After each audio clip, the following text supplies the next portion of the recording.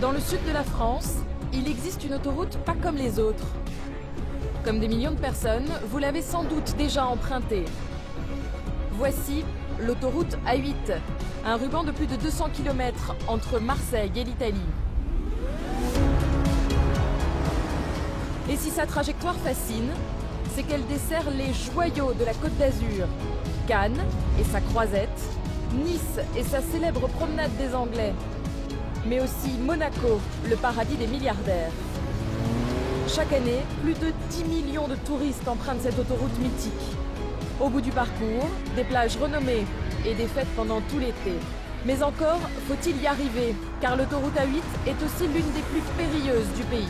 J'ai cru que j'allais mourir. Des centaines d'accidents s'y produisent chaque année. Il a mal, il faut que je sorte. Je dis non, je ne touche pas, monsieur, les pompiers, ils arrivent.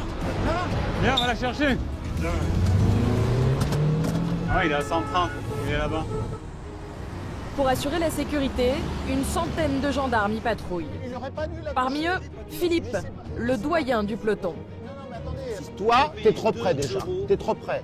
Trop près. Donc c'est pour ça que tu es allé là-bas et que tu as tapé. Et les enquêtes sur les accidents graves, c'est l'affaire de Sylvain, le fin limier de la brigade. On a pris des clichés photographiques, on a relevé l'identité des témoins éventuels. Sébastien, lui, s'attaque à un autre phénomène, les voitures chameaux. Vous avez 160 kilos de trop, monsieur. 160 kilos. Formé dans une unité de choc, Jérôme n'est pas du genre à négocier. Tout le monde qui nous signale que vous êtes en train que ça se passe mal, donc je viens. Quant à Bruno, il n'a pas son pareil pour débusquer les infractions. Et voilà comment se transforment les vacances en enfer. Vous allez découvrir ce soir le quotidien de ces gendarmes pendant la période la plus chaude de l'année. Tu es en train de nous emboucaner sérieusement. Ces hommes luttent contre les ravages de l'alcool au volant. Si vous cassez bien faire, là, ça commence à bien faire. Pour éviter les morts, ils traquent les chauffards qui battent de tristes records. Oh là là, 2,66 g, non mais oh. C'est mucho. Face aux gendarmes, des conducteurs au bord de la crise de nerfs. Waouh. J'ai la totale aujourd'hui, c'est pas possible. Et certains automobilistes n'hésitent pas à jouer la comédie. Entrez chez moi, Marseille. Eh ben c'est bon. Regardez madame le panneau là. Pendant tout l'été, nous avons suivi ces gendarmes de la Côte d'Azur. Mission et enquête à haut risque, 100 jours, avec les gendarmes de l'autoroute des vacances.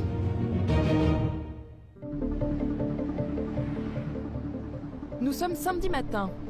Il est 6 h. À cette heure-là, sur l'autoroute A8, le trafic est clairsemé. Mais le danger reste bien présent. Les derniers fêtards tentent de rallier leur domicile pour dormir. Mais certains n'arriveront pas à bon port. Philippe et David viennent d'être alertés. Un véhicule s'est enlisé dans un lit d'arrêt, au bord de l'autoroute. Ouais, 38 de gendarmerie. Qu'est-ce qui s'est passé? La conductrice est en larmes et visiblement, elle est sous le choc. Pardon? J'ai angoissé. Vous avez angoissé? Ouais. Ma basket est là. Et pourquoi votre basket est là? Ouais. Mais le pneu, il est où? Vous avez roulé comme ça? Ouais. C'est pas vous qui conduisez? Il est où le conducteur? Mais je sais pas. Il est alcoolisé, je suppose, pour pas être resté sur place. Comment cette voiture s'est-elle retrouvée enlisée? Et qui conduisait? David a déjà sa petite idée. Je pense que là, c'est un accident sur fond d'alcool. À première vue, ouais, la portière a été ouverte, là, donc il devait être deux dans le véhicule, mais je comprends pas, il n'y a pas de pneu avant gauche. Donc ils ont dû rouler sur la jante depuis un moment, puis ils se sont tankés ici. Alors soit c'est elle qui conduisait, elle veut pas le dire, ou alors il y a quelqu'un avec elle qui est parti. J'aimerais une pièce d'identité, s'il vous plaît. Et vous savez quoi? Et vous savez quoi? Et vous savez quoi? Ici, c'est nous qui commandons, c'est pas vous. Alors vous allez me présenter votre pièce d'identité. Et parce qu'on va finir par être plutôt sévère avec vous. Alors vous allez me présenter une pièce d'identité, ok? Peur, là. Oui, mais je vais vous faire peur, ça c'est sûr. Mais il n'y a pas de souci. Ah. Ok, allez, hop. Il veut pas que je respire. Il veut pas que je respire. Moi, c'est elle qui conduisait, ça se trouve, elle est bourrée alors. Ouais, mais je pense que... Ah oui. On va attendre le dépanneur pour qu'il dégage la voiture, puis cette dame, on va l'emmener avec nous. Elle a dû déjà... Finalement, c'est bien cette femme qui était au volant. Mais sous l'emprise de l'alcool, elle est particulièrement énervée. Elle a dû taper au 205, il dit qu'il y avait des graviers là-bas. Elle a dû taper là-bas, puis regarde, elle a glissé, on voit la marque de la jante tout le long là. Les gendarmes vont tenter d'en savoir plus, mais l'automobiliste va leur donner bien du fil à retordre. Alors, vous savez quoi, mademoiselle, madame, vous êtes mariée, vous êtes seule? Dites-moi. Oh, vous répondez à nos questions déjà, une. C'est nous qui commandons ici, c'est pas vous, déjà. Hein? Là-bas, vous avez tapé, visiblement, un peu plus haut, là-bas. Vous avez tapé, je sais pas où. Bon, voilà, vous avez tapé là-bas, et finalement, vous avez pété la roue, et vous êtes venu ici, vous êtes mis dans le lit d'arrêt. Voilà, donc maintenant, le garage, il va venir, il va enlever le véhicule. Vous allez venir avec nous, on va vous soumettre au dépistage de l'alcoolémie et des stupéfiants. Alors maintenant, vous allez souffler. Non, monsieur. Ah ben, vous n'allez pas nous suivre, vous, mais c'est nous qui allons vous prendre ton... Demain. Eh ben, nous aussi, on travaille, madame, et on fait notre boulot. Ben, parce que je vous fais peur, parce que vous nous êtes en train de nous emboucaner sérieusement. Sérieusement. Parce qu'avec des gens alcoolisés, nous, on n'en peut plus. Eh bien, Alors, justement, allez-y. on va le voir, on va voir. Soufflez. On verra si vous n'avez pas touché une goutte d'alcool. Et Je vous crois vous soufflez. croire, moi. J'ai vu. Ah, voilà. J'ai vu après. Voilà. Quand je vous dis que vous êtes en train de me la faire à l'envers, je suis pas un lapin de 6 semaines. Donc vous soufflez longtemps. Non, vous la remettez dans la bouche, ce truc-là, vous soufflez longtemps. Allez-y. Non, j'ai un problème de souffle. Oui, Eh bien, bien sûr, écoutez, vous avez c'est un pas problème d'asthme. compliqué. Si vous soufflez pas, vous aurez un refus de vous soumettre au dépistage. Vous avez 6 mois de suspension de permis de conduire. Et puis, on appellera le procureur. Vous viendrez avec nous en chambre de dégrisement. Voilà. Philippe indique donc clairement à la conductrice ce qu'elle encourt. D'autant que les gendarmes ont remarqué un élément dans son véhicule qui risque d'aggraver son cas. Il y a un paquet de feuilles à rouler dans sa voiture. Donc je suppose qu'elle est éventuellement consommatrice de cannabis. Donc on va lui faire le dépistage. La femme se prête au dépistage de stupéfiants. Arrêtez la cigarette 5 minutes. Et sans surprise, le résultat n'est pas vraiment en sa faveur. Bon, je vous explique quand même. Donc le dépistage est avéré positif là, au stupéfiant. Donc là, le deuxième prélèvement va être envoyé dans un laboratoire, d'accord? Là, ça va être analysé par le laboratoire. Est-ce que je vous ai menti, monsieur? Il y a 2 jours, j'ai fumé du chichon. Ouais. Vous voulez souffler pour le dépistage alcoolémie ou pas? Quoi? On réessaye? Non, ça va. Non, on réessaye pas? D'accord, ça marche. La jeune femme refuse donc toujours de se soumettre à l'éthylotest. Cette fois, David est excédé. Ça me fatigue, moi, ces gens. Parce qu'ils ont des comportements complètement démentiels et en plus, ils sont pas du tout coopératifs, ils sont désagréables au possible. Pendant que le dépanneur s'occupe du véhicule, Philippe va tenter d'emmener la conductrice dans le camion des gendarmes. Attendez. Allez. Et visiblement, entre deux, la relation s'améliore. Bah, parce que pour pas vous tomber, c'est vous qui me serrez. On peut pas. Eh ben alors, c'est vous qui me serrez. Tenez-moi comme ça. C'est comme vous si qui on me était serrez. amis. Ouais, bah, ça m'énerve. c'est pour pas que vous tombiez. Tenez-moi comme ça. Bon, allez, si vous voulez. Tiens, allez hop. On était Voilà. amis. Allez, S'il si vous on est plaît. amis. Crac. S'il vous plaît. Maintenant, vous allez vous asseoir. Asseyez-vous. Comme ça. Voilà. On va s'en sortir quand même un peu. Voilà, parfait. Mais en apercevant le dépanneur déplacer sa voiture, la jeune femme repère ses nerfs. Pourquoi il prend ma voiture? Mais il va pas la prendre, elle C'est roule quelqu'un plus. qui vient la chercher. Oh la vache. Voilà. Pourquoi tu ne pousses pas au Bon, écoutez, moi je vais employer la manière forte si ça va pas, ok? Donc moi je vais commencer à m'énerver, ok? Et ça va gonfler, hein. Ça va me gonfler. Ouh, quel pléo quand ils sont bourrés, hein. Nous, notre boulot, c'est d'enlever du bandeau autoroutier, puisqu'on est travaillé sur l'autoroute, toutes les personnes qui conduisent sous l'effet de stupéfiants et sous l'effet de l'alcool. Elle, c'est un condensé de tout. Voilà, ouais, elle va nous casser la voiture. Oh, faut pas casser la voiture, hein. Il faut... Oh, de là. si vous cassez la voiture, je vous emmène une, ok? Casse pas la voiture, sortez-moi de là. Voilà, ça commence à bien faire, là, maintenant. Ça commence à bien faire. Sans blague. Oh. Elle est plus qu'alcoolisée, là. Philippe commence à être à bout. Avec David, il l'emmène à la caserne. Et le trajet l'a apparemment radouci, car en arrivant sur le parking, la jeune femme semble détendue. Allez, prenez votre sac. Je voulais faire une petite blague. Prenez votre sac. Bah oui. C'est non, mais- dégueulasse. Tiens, vous venez? Il va me faire dans mes regards à vue comme on fait. On dirait que j'ai fait je sais pas quoi de fou. J'ai plus 2 verres au travail et je me retrouve là. Vous l'avez vu lui. Il va me tuer. Bonjour. Les gendarmes ont dû réveiller le neveu de la conductrice pour qu'il vienne la récupérer. Ouais. Et il y a une assurance, non? Parce qu'elle était périmée. Bon, c'est pas mal, ça, déjà, ok. On fait comme ça? Hein, ça va? Vous voyez qu'on n'est pas que des mauvais, on fait venir les gens pour venir vous récupérer et tout et tout. Vous voyez? Bizarre. Donc vous éteignez votre cigarette, s'il vous plaît, là. Et puis on va rentrer faire 2 papiers. Je vous ai dit que de toute manière, ils vous ramènent. Hein. On va pas vous garder, hein, vous inquiétez. C'est pas vous, ça, c'était par terre. Laissez. Bah ouais, mais je travaille avec des draps et Ouais. tout, alors je sais pas. Tiens, venez. Mais une fois à l'intérieur, le show continue.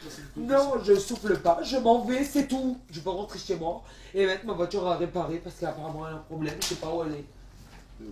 S'il te plaît, merci. Son neveu, lui, aurait préféré rester au lit. Ouais, c'est mon seul jour de repos, donc c'est pas facile.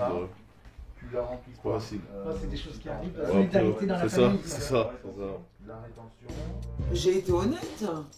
On a dit qu'on avait fumé ou pas? On fume. Allô, la France, on fume tous. On va le dire. Non, je m'en fous. Je reste ici. Non, je m'en fous. Je veux Tu pas veux rester ici, tu veux pas rester ici. Mais vas-y, arrête de parler, tu veux pas rester ici. Je veux pas rester ici. Mais on va sortir, Mais il voilà. faut que tout le monde le sache. D'accord? C'est bon, il y en a marre d'être. Quelle heure c'était? Allô? Allô? 6 Il y en a heures. marre d'être des faux culs. On fume tous. Alors attends, Lex. Même eux, ils fument. Tu pourras signer, s'il te plaît? C'est tous des fumeurs. Tu restes ici, son grand, je vais plus te chercher, je te cache. Je vais plus te chercher. On va faire les trucs. Les gendarmes se rendent à l'évidence. La jeune femme est beaucoup trop saoule pour être entendue. Elle sera donc convoquée plus tard. Mais visiblement, elle a du mal à quitter ses nouveaux amis. Mais en fait, en France, on préfère qu'on prenne des médicaments plutôt que de fumer un petit joint sympa en mode Beyoncé quoi. En mode oh, filme ça. Allez, Je préfère un plutôt que de on fume un joint. Donc Moi, je préfère rien. Ah ben dans ce cas-là, je pars en mode non mais the crazy right now. C'est honteux. Beyoncé vaincra. Ah ben bravo hein. Philippe et David sont soulagés de la voir partir. Ils décident alors d'en savoir plus sur cette jeune femme. Et surprise, dans leur fichier, ils vont découvrir un casier judiciaire long comme le bras. Conduite sans permis, vol, violence, vol à l'étalage. Mais regarde, en 96, elle s'est fait choper 5 fois pour vol. La jeune femme est en fait une délinquante récidiviste. Violence et entraîner à une incapacité, vol à l'étalage, destruction ou détérioration. Condamné à 1, 2, 3, 4, 5, 6, 7, 8, 9, 10, 15, 16, 17, 18, 19, 20, 21. 21 fois là depuis 97. Après conduire un véhicule sous l'empire d'un état alcoolique, c'est pas grand chose. Hein. Compte tenu de son pédigré, la conductrice est condamnée à un retrait de permis de 6 mois. Son véhicule est immobilisé et elle devra s'acquitter d'une amende de 300 €. Le territoire des pelotons de Saint-Isidore et Mandelieu s'étend sur une grande partie de l'autoroute A8. Une centaine de kilomètres à surveiller, où circulent chaque jour plus de 150 véhicules. Depuis le début de l'année, près de 300 accidents se sont déroulés sur celle qu'on nomme la Provençale. 16 personnes y ont laissé la vie. Pour sauver les automobilistes, les gendarmes partent donc à la moindre urgence. Philippe et sa collègue viennent d'être appelés sur un accident. Plusieurs véhicules seraient impliqués. L'autoroute est complètement bouchée. Serrez-vous à droite à gauche, il y a un accident plus haut. Serrez-vous, s'il vous plaît. Merde. L'accident s'est déroulé dans l'un des endroits les plus dangereux de l'autoroute. Un tunnel où la visibilité est réduite. Ils nous en ont mis un peu de partout, là. Ah oui, il y a une jeune fille aussi, d'accord. Elle s'est fait pousser par le gamin. Je pense. Cette voiture s'est fait percuter par 2 poids lourds. La conductrice, une jeune fille, a eu la peur de sa vie. Qu'est-ce qui s'est passé? Bonjour. Ça va? Oui. Ouais. Quand je suis rentrée sur l'autoroute, Ouais. là dans la bande d'insertion, Ouais. j'avais mon clignot et tout, donc D'accord. au moins 50 mètres. Le camion il s'est rabattu sur moi. D'accord. Du coup j'ai glissé au milieu du tunnel et lui il m'a foncé dedans. Donc lequel vous a tapé le premier? Vous savez pas lequel vous a tapé? D'accord. Donc vous avez été tapé 2 fois en fait. Oui, la première fois c'est le premier camion qui m'a pris de côté. Ouais. Du coup je me Il vous a glissé, c'est ça? Vous rouliez où, vous? Sur Elle quelle j'ai voie? envie de m'insérer dans la... Ça va? Vous avez pas mal vous? Ça va? Vous Vous avez eu peur? Bah oui, non, mais c'est normal. La jeune conductrice est sous le choc. Sa voiture a été projetée sur le mur. Elle est inutilisable. De son côté, Philippe interroge le chauffeur qui l'a touché en premier. Et la voiture, vous l'avez touchée, la voiture?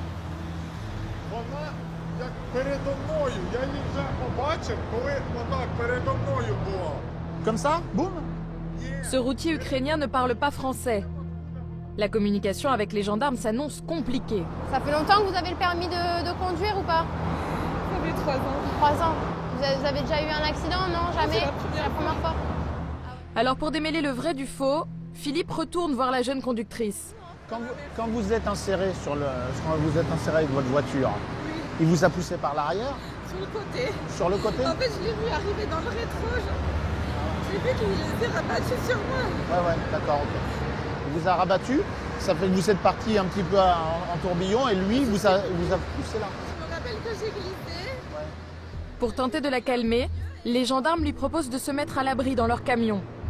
La victime n'espère plus qu'une seule chose, l'arrivée de son père qu'elle a prévenu par téléphone. Ne vous inquiétez pas, tout va bien se passer, ok? Voilà le papa. Venu aussi vite que possible, il est bouleversé. Bonjour, c'est votre fille? Ouais. Ça va, vous inquiétez pas, elle est là. Ça va. Voilà. Vous êtes garé où, monsieur? Vous êtes garé où? Je l'ai laissé en bas de l'autoroute. Ouais. Vous l'avez laissé? Et vous êtes Regardez la voiture, je suis monté à pied. Ah d'accord, ok. Bon. Ok. C'est fou, hein, complètement à gauche, celui-là. Ah mais attendez, on va pas rester calme. Hein, c'est nous qui nous occupons de l'histoire. Je le sais, mais... Donc on va faire ce qu'il faut. Vous inquiétez pas. Ah, mais je vous fais Voilà. confiance. Donc mais... restez là, mais ne vous emportez pas pour un whip, ça sert à rien. La question elle est simple, hein, Ouais. vite fait, bien fait. Ouais. Comment un 38 tonnes, il est complètement à gauche sur la 3e voie? Alors Avec un autre camion à côté, je vais vous donner une explication. Voilà, ouais. C'est peut-être pas forcément la bonne, c'est peut-être pas celle qui était, mais c'est à mon avis, ça se rapproche proche. Voilà. Le premier C'est camion. strictement interdit, ça. Le premier. Laissez-moi parler, monsieur. D'accord. Le premier. On est Laissez-moi d'accord. parler. Laissez-moi parler. Le premier camion. Votre fille s'insère sur l'autoroute. Le premier camion la percute. Il s'écarte. La voiture de votre fille, elle tape à droite, elle part là, mais lui, s'écartant, l'autre qui est derrière, ne pouvant pas freiner, qu'est-ce qu'il fait? Ben, il s'écarte aussi, au maximum. C'est pour ça qu'il s'est retrouvé là. Donc là, on va s'en débrouiller. Donc 1, 2. Je comprends que ce soit énervant, mais Non, il mais ne je faut, veux voir sa tête. faut pas s'énerver. Je veux voir Vous voyez si ce que les je veux dire? chauffeurs, Ben, on sait pas. Vous avez ce camion-là? Vous êtes le chauffeur. Le papa est hors de lui. Il se dirige vers les deux chauffeurs qui ont percuté la voiture de sa fille. Quand on conduit, il faut aller doucement en France. En France. Slowly. Il faut, quand vous conduisez, il faut conduire doucement. Ouais. No fast. Ouais. Non, Quelles sont les causes de l'accident? Vitesse, distance de sécurité non respectée ou bien faible luminosité? Les gendarmes vont interroger les chauffeurs sur une aire d'autoroute. Vous, le camion, c'est bon? C'est bon. Jusqu'au péage à la turbine. Au péage. Ah, la péage, ok. Au péage, sur le côté. La colère du papa de la conductrice n'est toujours pas retombée. Quand un poids lourd touche une voiture, ça fait tout de suite des dégâts, ça c'est évident. Sans parler que du matériel, mais tout ce que ça cause, le traumatisme que ça cause. Qu'est-ce qu'on va en faire de ça? On va régler le problème matériel et après, qu'est-ce qu'on va régler? Ma fille, elle fait la route tous les jours, elle va devoir rentrer dans ce tunnel avec l'image d'un espèce de barjot qui arrive. Pour moi, c'est plus qu'un accident. C'est un mec qui est pas maître de son véhicule et qui fait une atteinte à la vie de ma fille.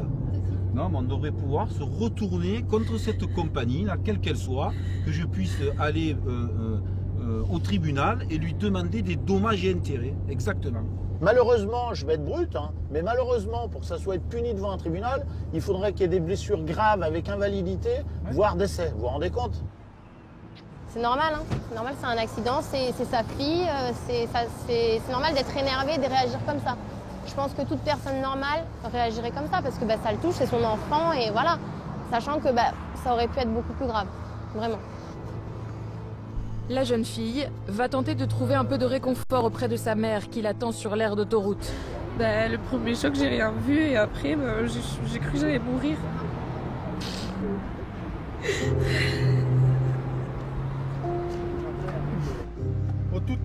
Moi, j'ai eu ma fille qui a eu un accident comme ça, c'est moi qui suis intervenu. Hein. Bon.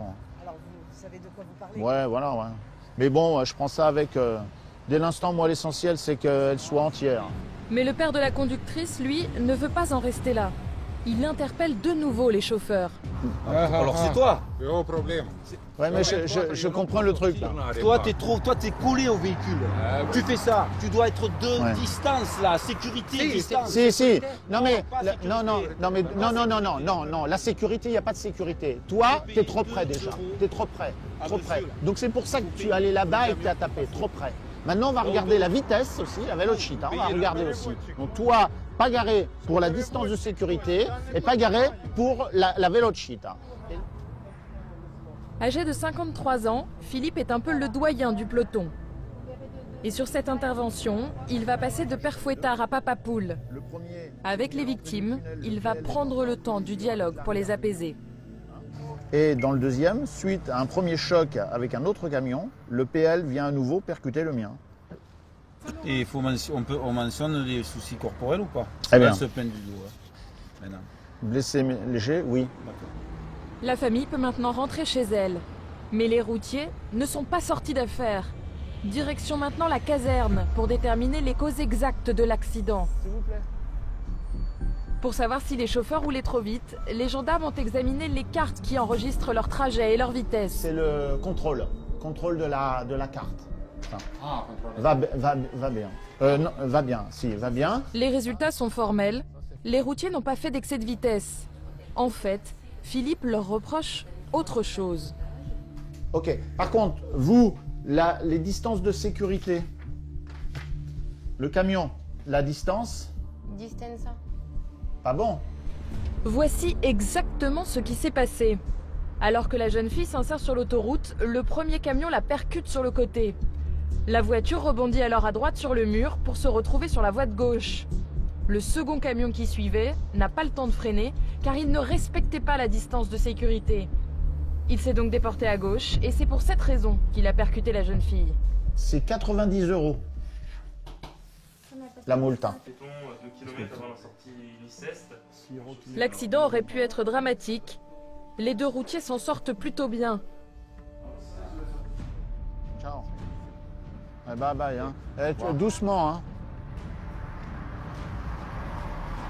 L'amertume reste du côté du papa de la victime. Lui, il a perdu sa voiture, sa fille, elle va passer certainement une mauvaise nuit, elle aura sûrement des séquelles psychologiques par rapport à tout ça. Donc, et tout ça, ça n'a pas de prix. Hein. C'est injuste. Mais c'est comme ça. On va pas refaire la loi. De retour à la gendarmerie, Philippe s'accorde une courte pause. Il aime cette vie en peloton. Et pourtant, au départ, exercer ce métier, ce n'était pas gagné. Quand j'étais petit, la ferme de mes parents, elle se trouvait juste en face de la gendarmerie.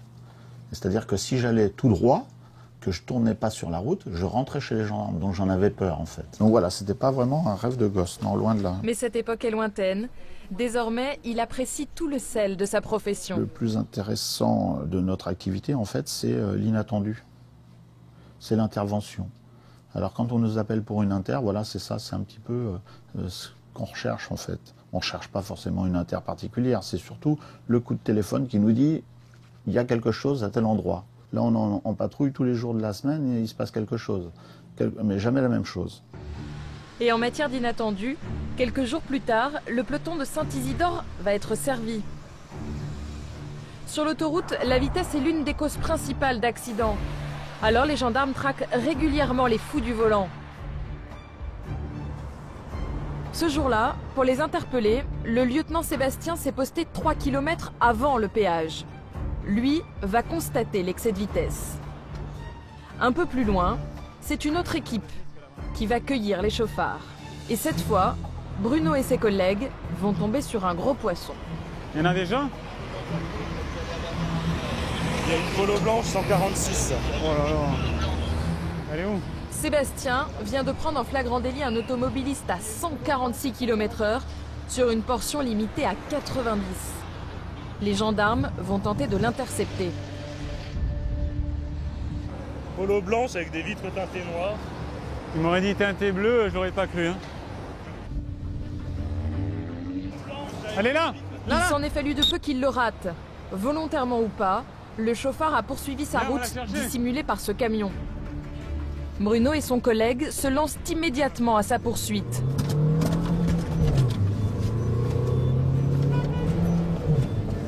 C'est un gros excès de vitesse avec rétention du permis, donc ça justifie qu'on aille le chercher, quoi. Et ouais, parce qu'il était caché derrière un camion. Les gendarmes conduisent pied au plancher. Et tu vois une voiture blanche sortir. Sur cette portion limitée à 90, ils foncent à 130 km/h. Mais toujours, aucune trace du véhicule. Donc il faut être assez réactif dans ces moments-là, parce que sinon, il est là-bas. Mais après 2 km de chasse, il recolle enfin à la voiture. Il roule lui en plus. Ouais. Ah, il est à 130. Malgré la sirène des gendarmes, il roule toujours aussi vite. On va pas pouvoir le sortir ici.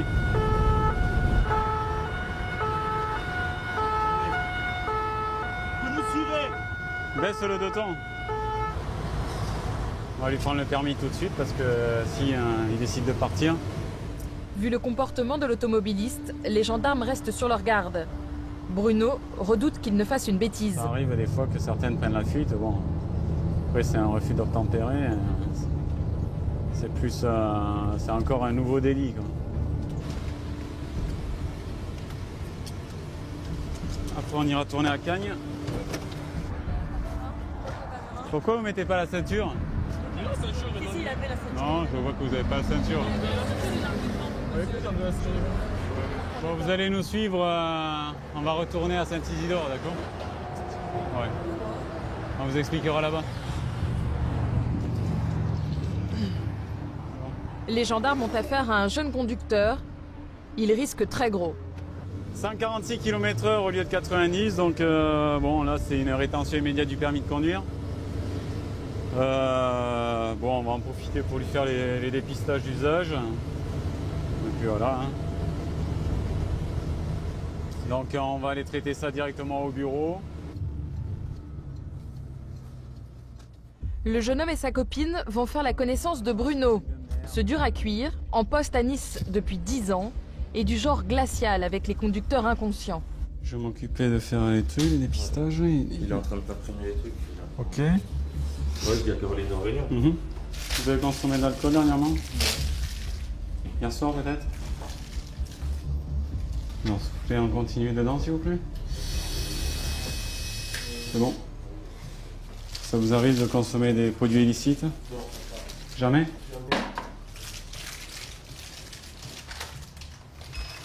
Ok, venez avec moi s'il vous plaît, vous pouvez rester là.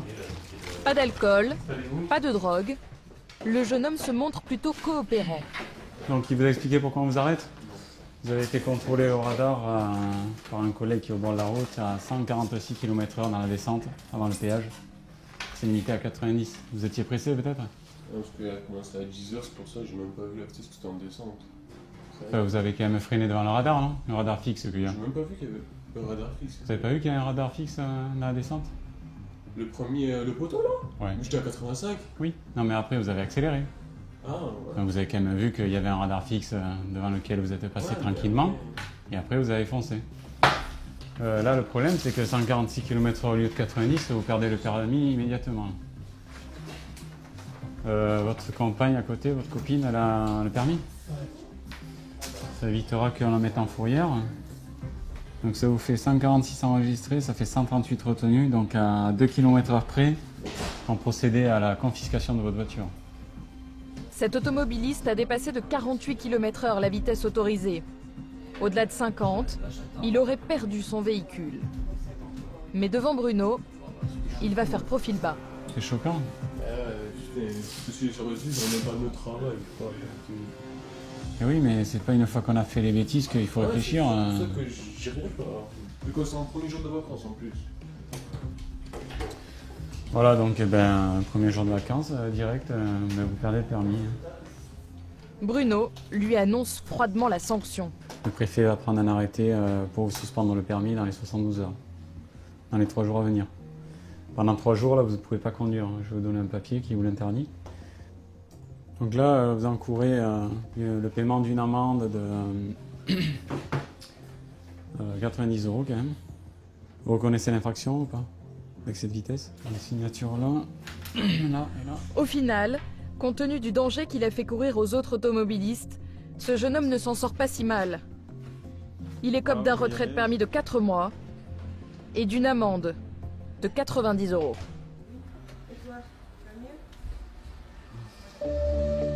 La caserne de Saint-Isidore est située près du grand stade de Nice, mais elle est surtout en bordure d'autoroute. C'est d'ici que partent chaque jour une dizaine d'unités de gendarmes. Et ils ne chôment pas. Ce matin-là, Bruno a repris la route avec un autre collègue. Entre les millions de vacanciers et les habitants de la région, l'été, les délits se multiplient. Cette fois, ils vont surprendre quelqu'un avec un téléphone au volant. Une infraction responsable de 16% des accidents mortels. Derrière, la Dacia. Elle devait se disputer avec quelqu'un au téléphone, donc complètement dans sa bulle et coupée du monde extérieur. Il semblerait que l'amende ne soit pas dissuasive pour certains. Ah ben là, elle a pris peur d'un coup. Elle roule à 40 maintenant. C'est doublement dangereux. Si elle pouvait laisser cacher. Peut-être tu dois lui faire signe avec le bras. Elle a compris. Elle n'est pas contente. Hein. Qu'est-ce qu'elle fait là? Là encore, Bruno et son collègue sont tombés sur un drôle de numéro. C'est ça les émotions. Des fois on a des gens, ils sont prêts à tout, à se rouler par terre, à pleurer, pour essayer d'impressionner. On évite de se laisser trop attendrir.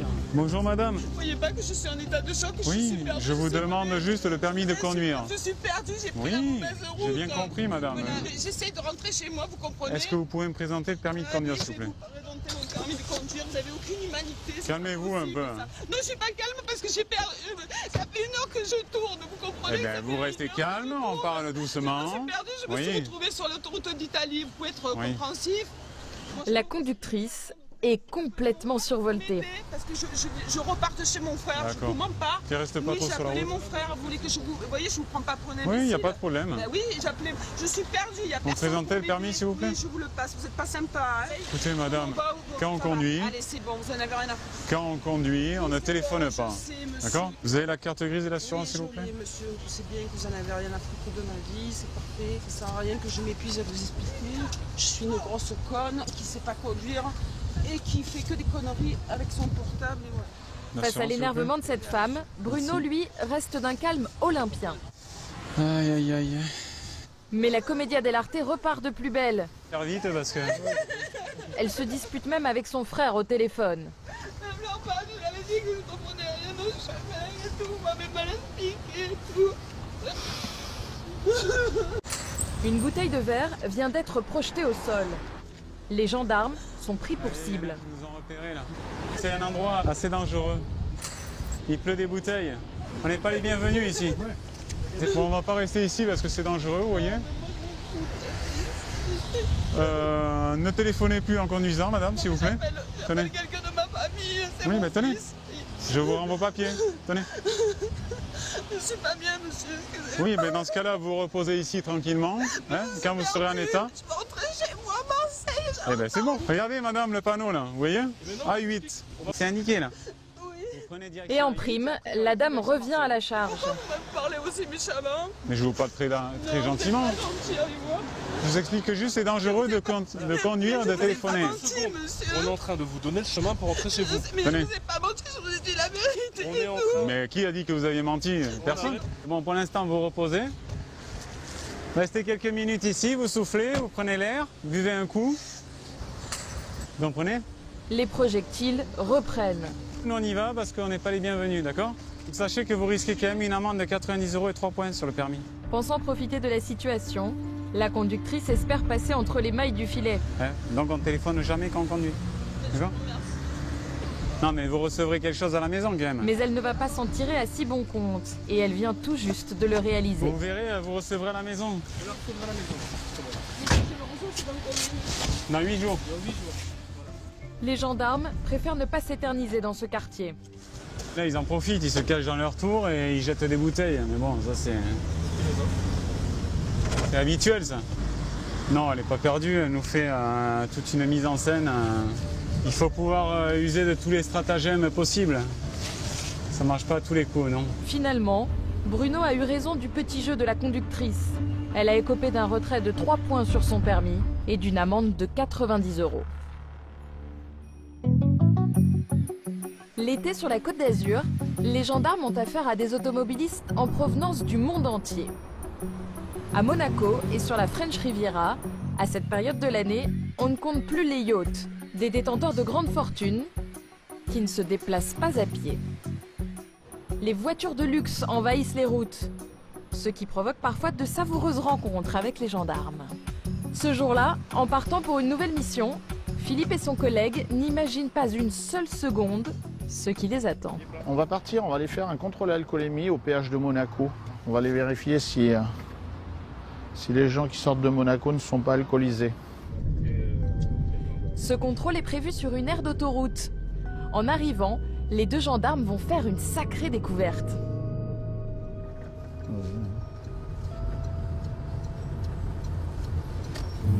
C'est quoi cet engin là? C'est l'empane. Je sais pas, c'est l'empane. Bonjour. Ce bolide, tout droit venu de l'espace, intrigue L'empane. Philippe. Mais sait-il vraiment à quoi il a affaire? Ah, je sais strictement rien ce que c'est. Je sais pas si c'est l'armée qatari qui débarque ou je sais pas du tout. C'est pas commun, non, du tout.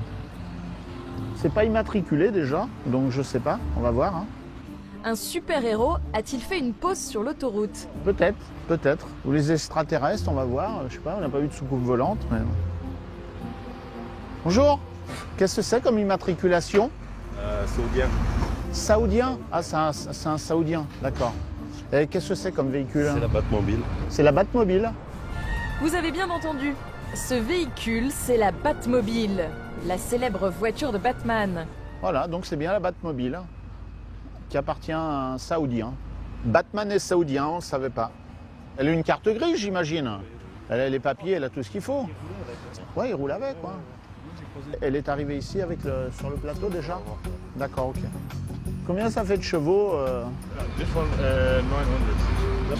900 chevaux. D'accord, il faut une grande écurie. et beaucoup d'avoine. Ah putain. Celle-là, c'est la vraie, celle-là. C'est la vraie. On a beaucoup de véhicules comme ça qui sortent d'un autre monde, là. Avec Monaco, les Saoudiens, les Qataris, voilà. Bon, ils ont les moyens, hein, donc voilà. Ils ont ce genre de véhicule. Hein. C'est peu commun quand même, hein, il faut l'avouer. Hein. C'est Batman. Robin. On attend la Catwoman, mais on l'a pas trouvé. Une rencontre rarissime. Alors avant de ranger le véhicule dans la remorque, le transporteur va proposer aux gendarmes un cadeau qui ne se refuse pas. On veut s'asseoir dedans, faire une photo? Tous les deux, pour remplacer les Lamborghini. On fait la photo? Bah, je sais pas, on peut? Oui, ouais. Oui. Et par où on passe là? Ah. Mettre le pied là sur le marché. Ouais, et puis après, il faut éviter de mettre les pieds. Après, je sais pas où il faut les mettre les pieds par contre. Putain. Ça, c'est la nouvelle voiture de gendarmerie. C'est la gendarmerie de l'an 3000. Hein. Regarde. Parfait. Puis après, il faut en ressortir, c'est ça le pire. Et vous rentrez pas, vous, là-dedans? C'est bon, allez. Bon, bah, courage. Hein. Oh, ça va aller. On a fini. Et il faut croire que tous les héros se donnent rendez-vous sur cette autoroute, car quelques secondes plus tard, c'est un autre bolide qui fait son apparition. Et ça, c'est la voiture à James Bond. Après Batman, James Bond. Hein, 007. Bon, l'idéal pour nous, ce serait qu'on saisisse le véhicule. Mais manque de chance, ce jour-là, James Bond n'a pas bu sa vodka martini habituelle. Le contrôle d'alcoolémie est négatif. James Bond n'a pas bu? James Bond n'a pas bu. 007 repart vers sa nouvelle mission. Quelques minutes plus tard, les choses sérieuses reprennent pour Philippe. Et cette fois, le climat va être un peu plus tendu. Vous avez la carte grise aussi? Bonjour du monsieur. véhicule? C'est la licence de transport et tout le reste. Bonjour. Bonjour. D'accord. J'ai une petite question là. On va faire un test de salivaire concernant les stupéfiants. Vous avez consommé pour la dernière fois des stupéfiants, c'était quand? Cette nuit. Voilà, d'accord. Donc on va vous faire le test salivaire. Ok.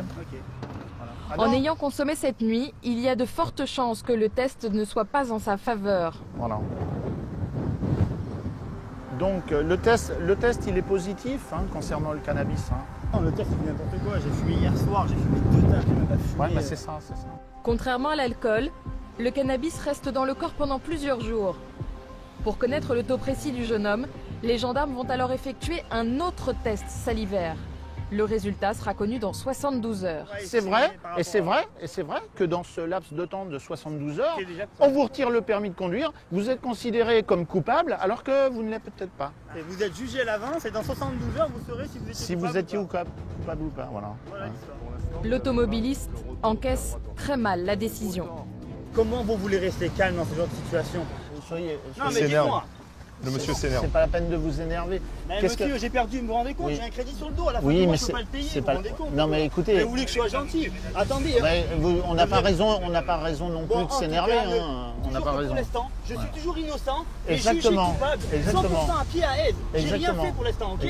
Vous êtes en train de dire que je ressemble à quelqu'un qui a fait quelque chose et que vous allez faire quelque chose contre lui. Vous êtes fou. Là, je vais travailler directement au plat. Quand vous allez me voir, dites-vous que je vais cacher m'échapper. Je serai sans permis, je vais directement faire un délit de fuite. Mais dites-vous que la prochaine fois, ça va passer. Non, c'est un refus d'obtempérer. Un délit de fuite, c'est pour les accidents. C'est ce que je vais faire. Maintenant, je vais être sans permis. C'est vous que ça engage. Dès que je vous vois, demi-tour, ligne blanche, délit de fuite. C'est clair et net. Refus d'obtempérer. Délit de fuite, c'est quand fait. C'est vous que ça engage. Je vais faire délit de fuite, refus d'obtempérer, conduite dangereuse, rodéo de la route, tout ce qui est. Les gendarmes gardent leur calme, mais le jeune homme a de plus en plus de mal à se maîtriser et il se met maintenant à tutoyer les gendarmes. Moi, je suis en train de galérer pour me taper ma vie et tu viens faire le mariole à me dire aux gens, d'abord, c'est pas... Hey, t'as vu, j'ai réussi à taper. D'abord, c'est pas tu, c'est vous. Première des choses. Fallait pas fumer, monsieur. C'est comme ça. Franck préfère s'éloigner pour désamorcer la colère du jeune homme. Tout est fait en école et dans les formations pour justement nous apprendre à gérer et contrôler le stress et les positions un peu inconfortables comme cela. Mes collègues marquaient mon appui. Donc malgré le fait que j'avance dos à lui, mes collègues étaient juste derrière au cas où il aurait une intention mauvaise. Et puis on temporise calmement, on explique les choses. Et dans 99,9% des cas, ça redescend aussi vite que c'est monté. Et ça marche, l'automobiliste revient à de meilleures intentions. Bon, messieurs, passez une bonne journée. Bah ouais, mais voilà, on est désolé, hein, mais... Il n'y a pas de quoi, mais ça sert à rien de s'énerver. Non, mais... Bon, allez, voilà. Ah, c'était tendu, hein. Ah bah, il faut surtout pas s'énerver, hein, déjà. Il faut leur parler gentiment, hein. Parce que si on commence à parler plus fort qu'eux, alors là, c'est fini, là. On part dans un cercle vicieux et puis on n'en sort plus, hein. La sagesse du doyen du peloton a payé. De retour à la caserne, Philippe décompresse. Et surtout... il ne résiste pas à l'envie de montrer à ses collègues sa photo au volant de la Batmobile. Ah mais c'est toi? C'est Bruce Wayne. Ah ouais, mais purée. T'as Bruce Wayne et puis le frelon vert à côté. Ah mais vous l'avez vu où? Elle était sur la A500. La voiture de Batman. Regarde, c'est le volant, hein, le volant, tu vois. Ah ouais, le vrai volant de Batman. Bah c'est là, ouais, voilà. C'est impressionnant quand même. 900 chevaux. Ah ouais. Bon, la valeur... c'est inestimable, je sais pas. Bon, allez. Allez, c'est reparti. Philippe et ses collègues sont désormais au cœur de la saison estivale. Et ils ne sont pas au bout de leur surprise.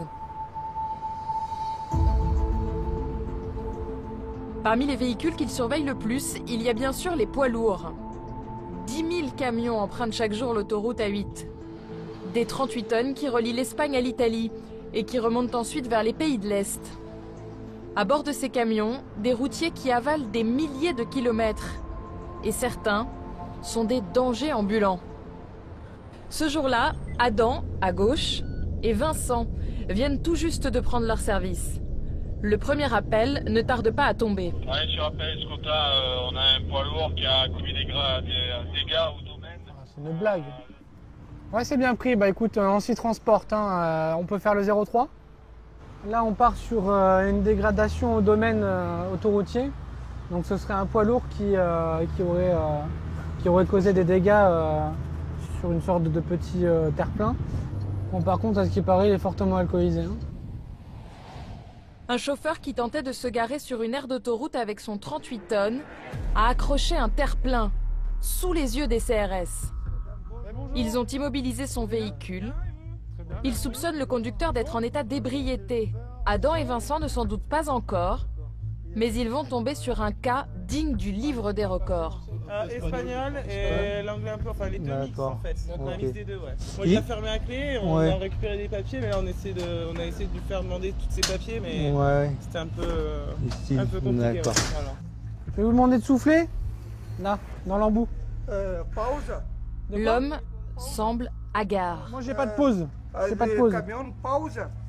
De quoi? Oui, vous avez Il affirme que lorsqu'il a été interpellé, il ne conduisait pas. Je vais vous souffler. Allez. Encore. Non. En long. Allez-y.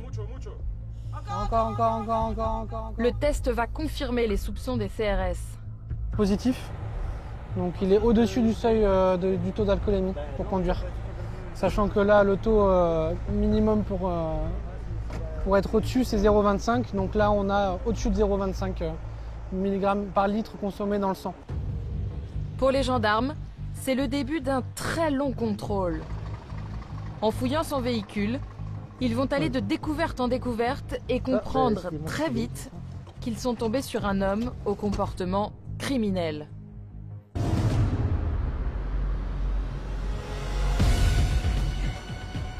Sur la Côte d'Azur, la saison bat son plein. Plage bondée, comme chaque année, yachts et voitures de luxe sont au rendez-vous. Mais surtout, des millions de touristes continuent d'affluer sur l'autoroute A8, la fameuse Provençale. Bruno et ses collègues poursuivent la chasse au danger public. Il y a quoi là? C'est quoi? C'est une machine à laver? Un canapé, même pas 50 kilos le canapé, même pas. Donc c'est un risque d'éclatement des pneus et puis des suspensions et tout ce genre de choses. Face aux automobilistes inconscients, Jérôme ne fait pas de cadeaux. Moi, on touche au portefeuille des gens, ils comprennent tout de suite. Du côté de Sylvain, les accidents graves se succèdent. Il y a un petit peu de sang dessus, donc je me protège. Les gendarmes du Sud vont se montrer sans pitié avec les grands chauffards de la route. Oh, un 33! Tu sais combien c'est un 33? C'est un danger pour la route. C'est vraiment un très grand délinquant. Sachant que c'est son métier, je trouve ça... j'ai pas de mots pour le décrire. Les gendarmes doivent aussi gérer des conducteurs à fleur de peau. Waouh, j'ai la totale, c'est pas possible.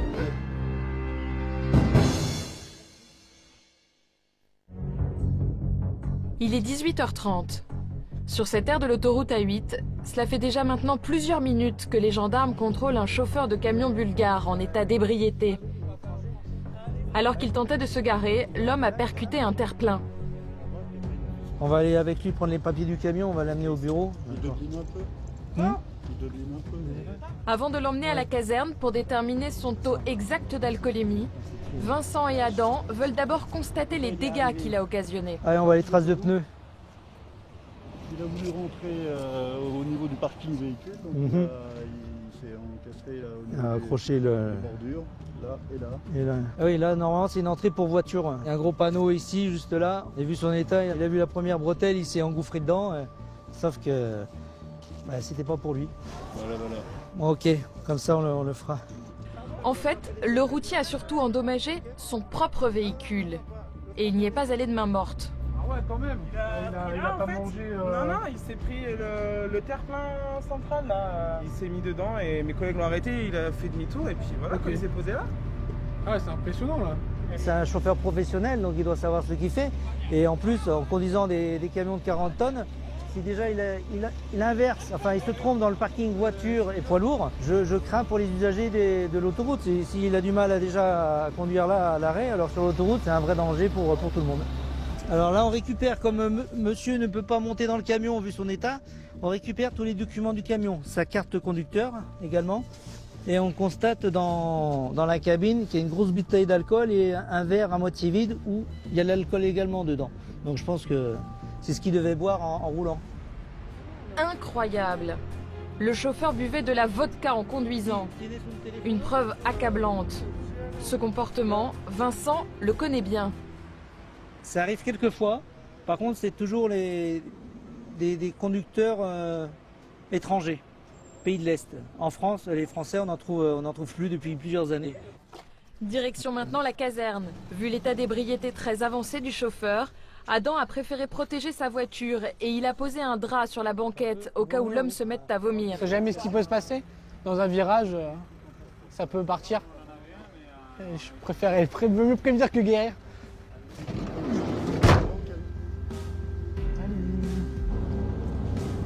Et je pense que là, même s'il est alcoolisé, il se rend compte de ce qu'il vient de faire. Donc on le laisse réfléchir, on le laisse dans son coin, et seulement après on verra. Les gendarmes vont le soumettre à l'éthylotest, mais aussi examiner son mouchard. Ils tiennent à s'assurer qu'il a bien respecté le temps de conduite imposé par la loi. Tu viens de chercher le savon ou pas? C'est bon là, c'est bon. Alors, verdict pour monsieur. Donc la partie rouge là en haut, c'est de la conduite. Hein. Il s'est reposé ce week-end 45 heures. Ce matin, il a commencé la journée là, à 3h15 à peu près. Il s'est fait toute une journée de conduite là. Et puis là, à 14h07, il s'est arrêté jusqu'à 18h30. De 14h à 18h30 en fait, c'est là qu'il a picolé un coup. Et après, il a reconduit là. Le chauffeur n'a donc pas respecté son temps de repos. Et après une journée entière de conduite, il s'est arrêté 4 heures pour boire de la vodka, puis il a repris la route en état d'ébriété. Quel est son taux d'alcoolémie? Les gendarmes ne vont pas en croire leurs yeux. 1,33. Ça y est? Ouais. Non. 1,33. Oh là là là, 2,66 g, non mais oh. L'homme a bu l'équivalent de 13 verres de vodka. Ouais, bah ouais, nous aussi, mais bon... Putain, mais il tient bien l'alcool quand même, hein. Il a 2,66 g. Ouais, tranquille. Là, ça, là. 2,66 g, mais c'est un ça. Je m'en fous de ta pause. 1,33. Tu sais combien c'est, 1,33? C'est mucho. Ok? Non, un bulgare, il faut le dire. Je comprends pas l'espagnol. Bulgare, m'en fous. Qu'ils comprennent. Dangereux. C'est vraiment un très grand délinquant. Sachant que c'est son métier, je trouve ça... J'ai pas de mots pour te décrire. J'ai pas de mots. Ils sont inconscients du danger qu'ils représentent pour la route. Inconscients. Oui, on se rapproche du taux du coma éthylique, oui. C'est un tueur en puissance. S'il a entre ses mains un camion de 40 tonnes et il peut écraser tout ce qui passe à proximité de lui. Là, c'est rétention immédiate du permis de conduire, donc il risque entre 4 et 6 mois d'interdiction de conduire en France. Hein. Plus une grosse peine d'amende, bien sûr. Et puis là, vu que c'est le seul chauffeur, son patron il va devoir envoyer un autre chauffeur pour récupérer le chargement. Chef, io dormito, no... Finish. Le routier bulgare s'expose à une sanction exemplaire. Il est déjà sûr d'avoir un retrait de permis de plusieurs mois, mais le juge risque aussi de prononcer une condamnation beaucoup plus lourde. Il a l'air sage. Hein. Comme le veut la procédure, les gendarmes le conduisent aux urgences. Compte tenu de son état, ils ont besoin d'un certificat médical autorisant la garde à vue dans une cellule de dégrisement pendant toute la nuit. On a trouvé un beau spécimen. Au volant d'un 38 tonnes. 2,66 g d'alcool. Donc il faudra mettre double protection sur le drap parce que il y a longtemps qu'il n'a pas pris de douche, je crois. Voilà, installez-vous là, l'infirmière va vous prendre l'attention, allez-y. Le cadeau. Oh, mais il a l'air d'être habitué à boire. Oui, je pense. Parce que quand on est à 2,66 g comme ça... Oui, il tient bien là. Plutôt, on en voit qui sont, même avec un peu plus, qui sont très bien. Les gens qui sont très habitués à boire, eh ben, ils sont debout. Hein. Et en l'examinant, le médecin va faire une drôle de découverte. Ça gratte? Ça gratte? Peut-être la gale. Ah oui, il a des plaques? L'homme pourrait avoir la gale, une maladie contagieuse qui ne rassure pas Bruno. Ça me gratte de partout maintenant. C'est clair. Quant au médecin, elle s'empresse de désinfecter son matériel. Malgré ce diagnostic, les gendarmes repartent à la caserne avec un certificat médical. Le conducteur pourra passer la nuit en cellule de dégrisement. Donc là, on a un certificat médical de compatibilité avec une mesure de garde à vue et surtout placement en chambre de sûreté. Hein. Bon, il faut qu'on se protège aussi parce qu'il y a une suspicion de gale sur l'individu, donc on n'a pas envie de l'attraper nous aussi. C'est un peu les risques du métier. La nuit suffira-t-elle à faire baisser le taux d'alcoolémie du chauffeur pour l'auditionner? Rien n'est moins sûr. Comment ça, je vais venir le ranger après? Vas-y, il ferme. Non? Bah non, je vais venir le mettre de la bombe et tout. Ah ouais? Ah ouais. Ce soir, chez les gendarmes, aucun volontaire pour la palpation. L'homme ne porte rien susceptible de causer un danger. Le lendemain matin, une autre équipe a pris le relais dans la caserne. Le chauffeur est-il enfin apte à s'expliquer? Comme prévu, les gendarmes vont vérifier son taux d'alcoolémie. Faire souffler ce matin parce que pour être sûr qu'il soit en mesure d'être auditionné et de comprendre qu'il est placé en garde à vue pour une infraction qu'il a commise cette nuit, enfin hier soir. Pour ça, il faut absolument que le taux soit en dessous de la norme. Mais malheureusement... Il a 0,40. Donc vous lui expliquez qu'on va le remettre en cellule. Les gendarmes ont fait venir une interprète bulgare, mais il ne peut toujours pas être auditionné. Je me doutais que ce ne serait pas forcément tout de suite maintenant, mais j'étais prête. C'est pas grave, hein, je serai plus prête encore tout à l'heure. Hein. C'est pas gênant. Alors pour accélérer les opérations et l'entendre, les gendarmes lui donnent à manger. Mais le menu n'est pas au goût de ce monsieur.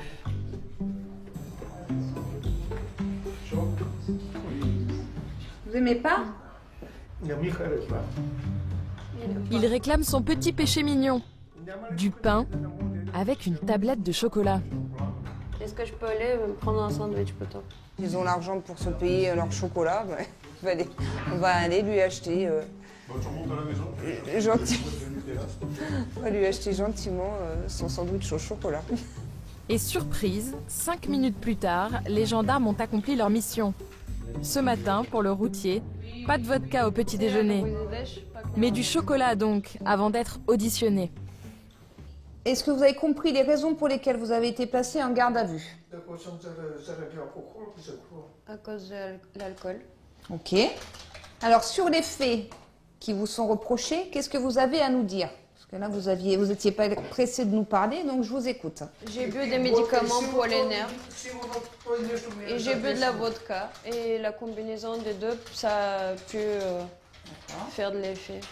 Comme ça que vous expliquez le taux important que vous aviez d'alcool dans l'air expiré. J'étais censée rester plein de temps à Ventimille et longtemps. Et je ne me rappelle pas quand je suis repartie. Chargé d'alcool, le chauffeur est incapable de rassembler ses souvenirs. Il ne s'explique pas pourquoi il a quitté Ventimille en Italie où il devait passer la nuit. Un trou noir qui aurait pu coûter la vie à des dizaines de personnes. Toutes les personnes qui ont roulé autour de lui ont eu énormément de chance. Et encore, on s'en sort bien, monsieur. Vous êtes en garde à vue juste parce que vous conduisiez sous l'emprise d'un état alcoolique. Imaginez juste ce que ça aurait pu faire.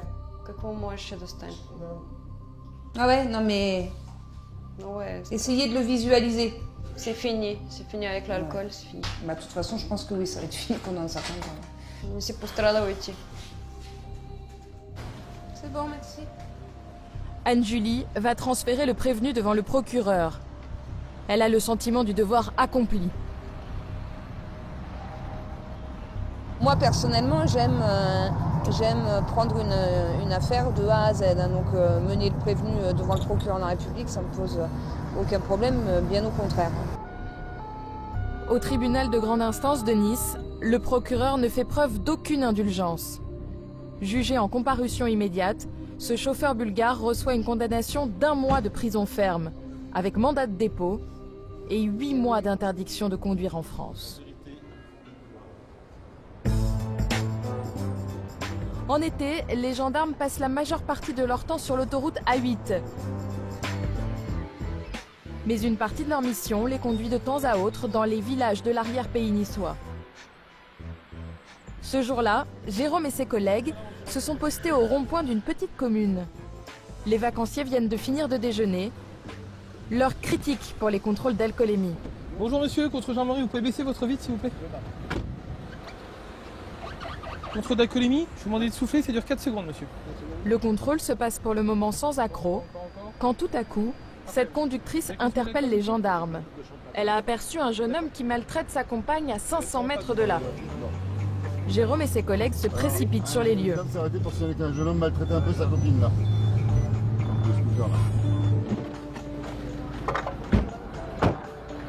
Merci monsieur. Ouais. Qu'est-ce qui s'est passé? Rien, Qu'est-ce qui s'est passé? C'est une dispute de couple. Ouais, et que vous avez fait une dispute de couple, vous n'êtes pas en couple déjà, mais jusqu'à preuve du contraire, qu'est-ce qui vous a tapé, mademoiselle? Non, il m'a pas tapé. D'accord? Je l'ai pas Vous êtes sur la voie publique, ouais, ok monsieur. Je vous explique rapidement, d'accord? Il y a tout le monde qui nous signale que vous êtes en train de... que ça se passe mal, donc je viens. On est ok? Non, mais présentez une pièce d'identité. Présentez-moi une pièce d'identité. Avez-vous consommé du cannabis ou d'autres produits ces derniers temps? Hier soir, oui, j'en ai consommé. Bien, on va faire un petit test, ça vous dérange pas? Le conducteur est à fleur de peau. Il craque immédiatement. Ça va gonfler. Détendez-vous, monsieur. Ouais, Détendez-vous. non, mais là, je suis pas détendu en fait parce que. Ouais, mais si, je vais vous expliquer une chose. Vous allez vite vous détendre parce que tout le monde, c'est moi qui vais vous détendre, d'accord? Donc vous allez vite vous détendre et vous baissez d'un ton. Et vous enlevez votre casque pour commencer. On est clair? Et on présente une pièce d'identité de suite. Et vous détendez. Habitué à ce genre de situation, Jérôme a haussé le ton tout de suite pour faire redescendre la pression. On se dispute pas tous les jours. Oui, enfin, prendre la route pour que les gens s'arrêtent pour vous dire que ça va pas, c'est que ça va pas. Pour le moment, sa compagne reste muette. Elle ne semble pas surprise par l'émotivité de son petit ami. Compte tenu du comportement du jeune homme, Jérôme ne va rien lui laisser passer. Mais avant de monsieur. Vous avez consommé l'alcool? Non.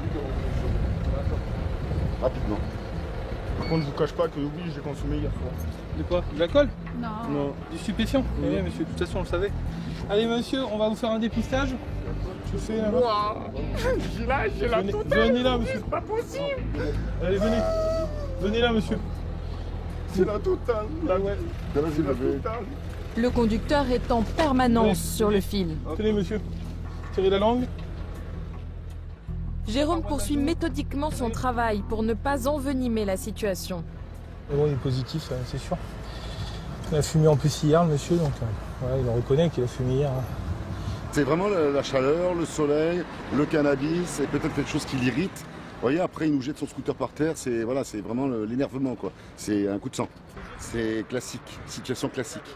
Petit jeune, surtout sur cette région-là, le bassin de Mandelieu, Pégomas, ça consomme beaucoup. Petit jeune, donc évidemment, empoignade, le soleil fait chaud, il y a le cannabis, il l'a encore dans le sang, hein, c'est un effet long. Sa petite amie tente de le calmer. Tout le temps moi dedans la tête. C'est bon, arrête de m'énerver. Parce qu'à chaque fois au boulot il y a un truc, c'est moi. À chaque fois c'est moi, c'est tout le temps moi. Arrête, c'est bon. Non mais je vais serrer en fait. Parce qu'au boulot ça va pas.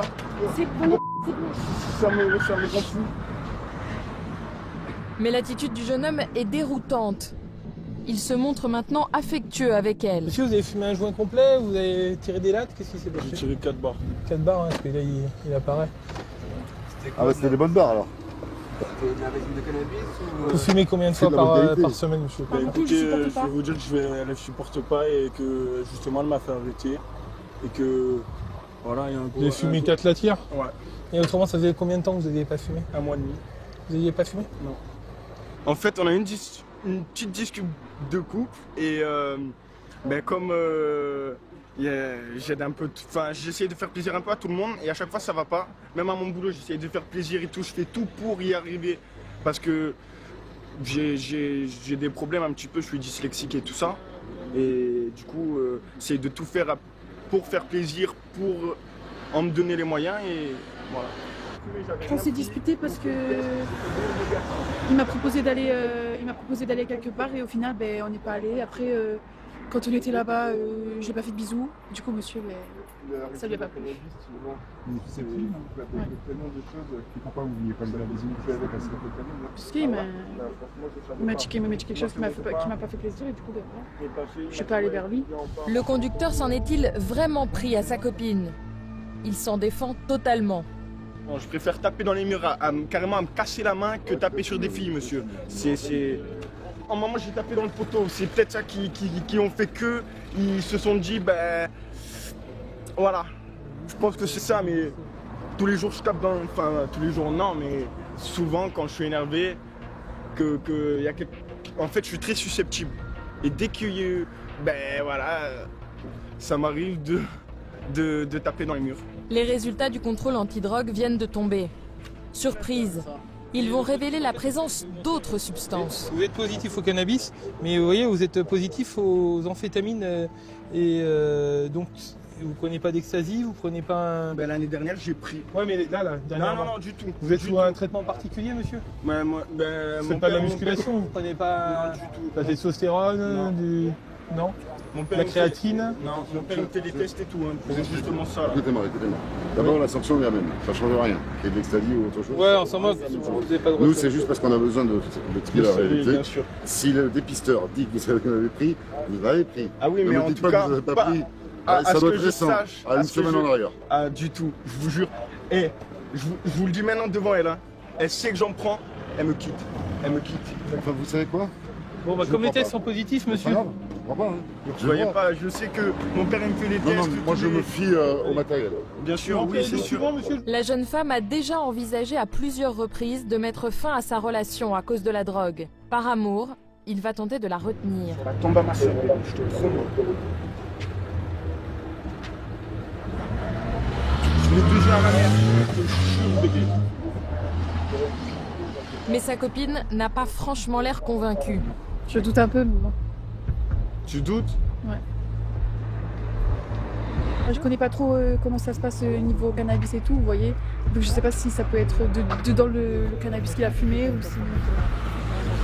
C'est ce qu'on vient de parler avec le gendarme. Il a dit, s'il faut, vous avez fumé et il y avait ça dedans. C'est ce qu'il a dit. Moi, bébé, on dirait je vais prendre ça pour que tu me quittes. Ça sert strictement à rien. Les gendarmes s'insèrent dans leur discussion. Ils essaient de convaincre le jeune homme d'en finir avec les stupéfiants. Je vous encourage, mademoiselle, à l'inciter à ne pas consommer. Voilà. En plus, ça coûte cher pour rien. Il aura plus de sous pour faire d'autres choses. N'est-ce pas? Contrôlé positif, le conducteur ne peut pas repartir avec son scooter. Mais coup de chance, un de ses amis passe alors sur la route. Tu peux pas me ramener le scooter chez moi, je viens de me faire arrêter, je peux plus prendre le scooter. Ouais. Vous avez un DSR sur vous, monsieur, ou pas? Pardon? Votre DSR, vous l'avez sur vous? J'ai mes papiers, ouais. Ouais, super, nickel. Vous voulez ça? Ouais, posez-vous 2 secondes. Moi, je le fais comme ça, après vous ramenez le scooter, je vous remets le scooter. Ah, je le ramène moi? Ouais, vous ramenez le scooter, d'accord? Mais le scooter, lui, il n'a pas le droit de le conduire. On est clair? On est clair. Super. Fin du contrôle. Jérôme va maintenant lui annoncer ce qu'il encourt. Un nouveau coup de massue pour le jeune homme. Vous allez être convoqué par le procureur et vous allez écoper certainement d'une amende. D'accord? Combien d'amende? Je ne peux pas vous dire, monsieur. Pour l'instant, je ne peux pas vous dire. C'est le procureur qui fixera l'amende. D'accord, monsieur? Une amende et une interdiction de conduire pour les prochains jours. Dure journée pour ce conducteur. D'autant qu'il risque aussi de perdre sa copine. Et je pense qu'il est influençable. Ça dépend avec les personnes qu'il est, je pense qu'il est influençable. Et comme hier, il n'était pas avec moi, ben voilà. Mais il m'énerve sur ça, il m'énerve. Il m'énerve. Et tout ce qui mérite, c'est ça, ben voilà. Ça lui fera une leçon de vie. Il comprendra mieux, je pense. Non, mais je vais essayer de voir avec lui déjà s'il a bien compris, avec ce qu'il vient d'avoir là, s'il a bien compris. Puis si je vois qu'il n'a pas compris, là, j'abandonne, parce que là, c'est pas possible. Le jeune homme sera fixé dans quelques semaines. Il risque une amende de 200 € et devra très probablement suivre un stage de sensibilisation aux stupéfiants. Régler des conflits, éviter des accidents, c'est ce qu'a toujours voulu faire Jérôme. Ce métier de gendarme, il en a rêvé très tôt. Alors moi, c'est vraiment une vocation. En fait, j'étais tout petit et un jour, mes parents ont été contrôlés pour un contrôle normal de la circulation routière. Et je regardais, j'étais impressionné de voir les gendarmes à l'époque. C'était je vais avoir 3-4 ans, je pense. Et j'ai toujours eu cette image, je me rappellerai encore, comme si c'était hier, de ce contrôle. Si Jérôme est fier d'être gendarme depuis 20 ans, il a aussi parfaitement conscience d'exercer une profession à part. On est, je pense, le métier où il y a le plus de divorces. C'est un métier qui est très difficile. C'est vrai qu'on fait les matins, les nuits, comme aujourd'hui, vous voyez, on fait 7h midi, 20h, 7h du matin. C'est une vie où on est dévoué à un métier et faut le faire par passion. Si vous ne le faites pas par passion, faut l'oublier. Si c'est pour faire un travail, laissez tomber. Prenez autre chose, je sais pas, faites ce que vous voulez dans votre vie, mais faites pas gendarme. Être passionné et surtout ne jamais relâcher son attention. Sur l'autoroute A8, il existe une catégorie de véhicules que Jérôme surveille particulièrement. On les appelle les voitures chameaux. Des véhicules surchargés d'électroménager et de bagages. Ils font leur apparition sur l'autoroute au cœur de l'été. Ils partent vers le Maghreb et sont de véritables dangers publics.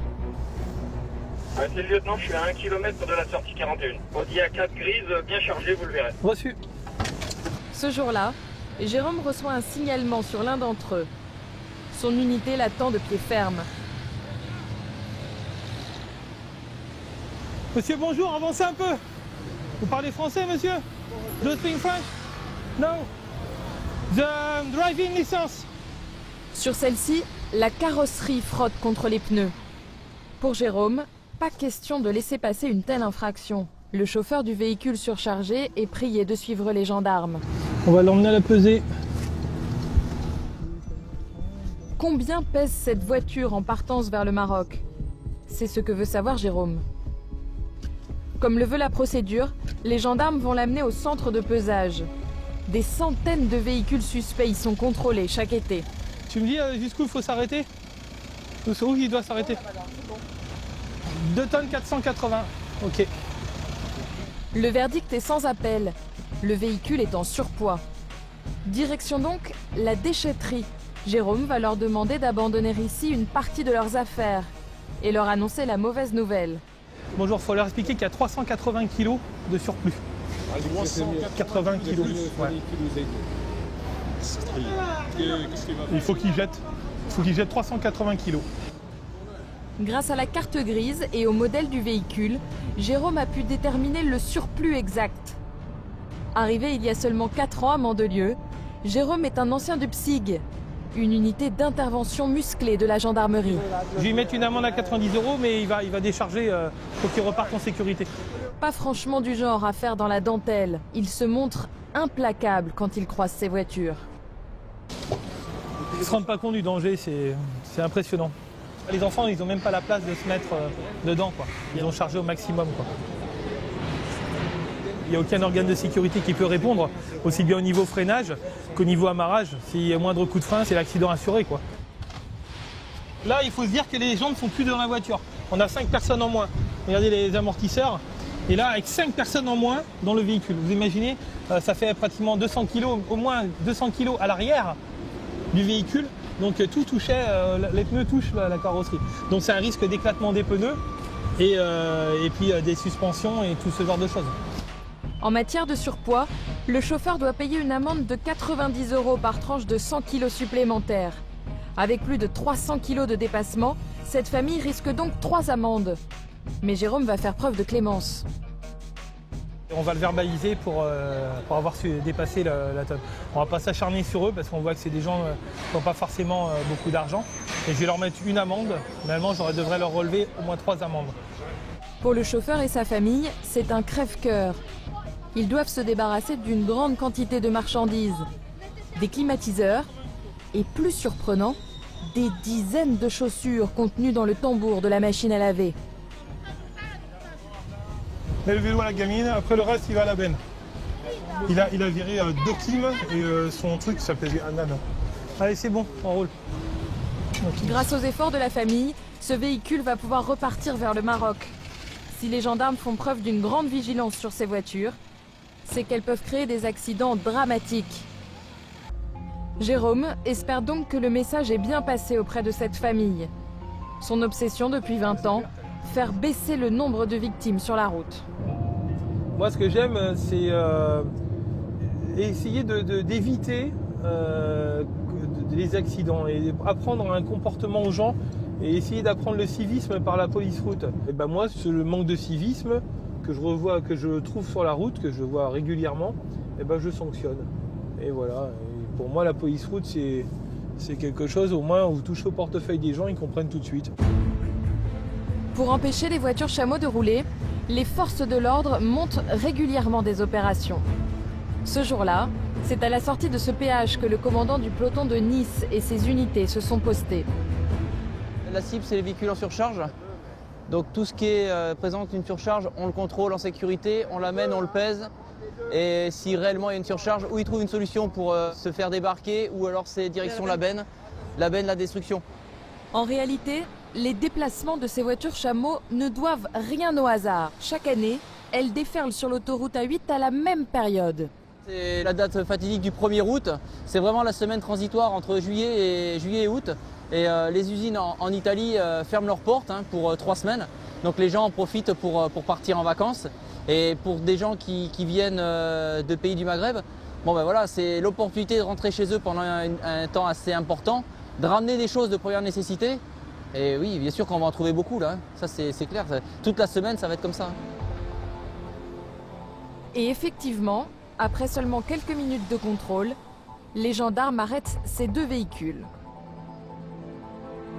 Donc là, on a le cas typique de véhicules qui sont susceptiblement en surcharge. Et il va falloir certainement décharger. Et quand on approche du véhicule, quand on voit la cabine arrière, elle est complètement pleine, quoi. Je veux dire, ils ne peuvent plus en mettre, quoi. Ils peuvent plus en mettre. Là, le passage de roue, ça frotte pratiquement sur le passage de roue. Là, ça... C'est un problème parce qu'elle est basée dans... Elle est basée sportive. Ouais, mais j'ai compris ça, monsieur. J'ai compris que vous l'aviez équipée sportive. Il y a combien? Il y a presque 1000%. Il a 160 kg au-dessus. 160 kg au-dessus, donc il va devoir décharger 160 kg. Ça, c'est poubelle. Le message du lieutenant est clair. Mais cette famille va tenter de jeter un minimum de choses, au compte-gouttes, pour sauver sa marchandise. Une technique bien connue des gendarmes et qui n'échappe pas au lieutenant. Il n'y a pas 160 kg, il faut décharger, monsieur. Vous avez jeté 4 paquets de pâtes, 5 paquets de pâtes. Allez, réseau et pomodoro. Ouais, bah vous avez jeté, allez, en gros 15 kilos, 20 kilos, vous avez 160 kilos de trop, monsieur. 160 kilos. À cette période de l'année, les bennes disposées sur l'autoroute peuvent se transformer en cavernes d'Ali Baba. Voilà pourquoi les véhicules sont en surcharge. Là, il y en a une machine à laver qui était dans un véhicule, un ancien véhicule qu'on a attrapé là, cette semaine. Mais ça peut être des gazinières, des cuisinières, ça peut être des salles à manger en bois entière. Des fois, ils sont tellement bien chargés, leurs petites camionnettes, qu'il y a des poids qui sont énormes, des meubles en bois massif. Et puis voilà, la plupart du temps, c'est l'électroménager. Là, ce sont des pâtes, là, ce sont de l'alimentaire, mais autrement, la plupart du temps, c'est ça, des machines à laver. Cela fait 20 minutes maintenant que cette famille peine à décharger le surpoids de sa voiture.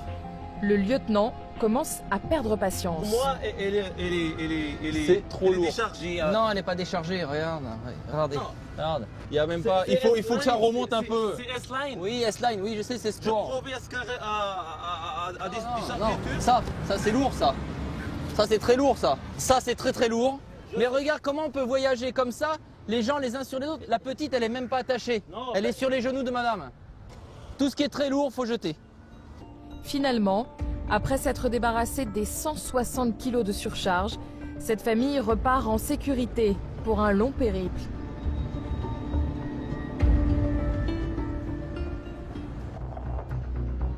Malgré ce travail, il arrive que certaines voitures chameaux échappent au contrôle.